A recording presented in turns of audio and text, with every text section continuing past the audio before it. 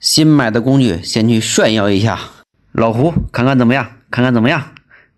不搭理我，不搭理拉倒，干活。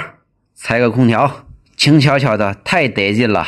空调坏了，电容是好的，没卡到位。这个空调之前拆过，压缩机爆缸了。这是我们值班室的空调，我都不知道拆了几次了。30微法的电容现在剩了6微法，现在给它更换一个30微法的，看它行不行。这台压缩机好像也有毛病。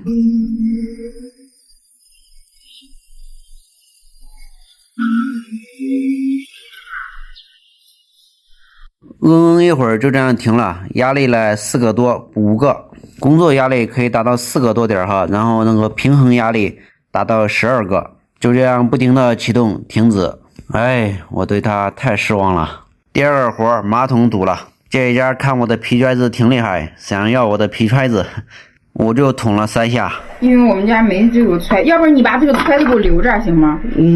不可能，我们就这一个。想要我的老三门儿都没有，这雨下完真得劲。老三在这歇会儿。这一家怎么说嘞？免费的物业不用白不用。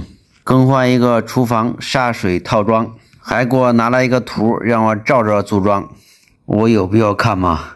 有图了你自己不会组装啊？所以说上门维修免费，不用白不用，对不对？还担心我组装错，还给我在这指指点点的。组装好了，多了几个圈，不知道什么意思。试了一下不漏水，没问题，放心用。对，这是个过滤瓶。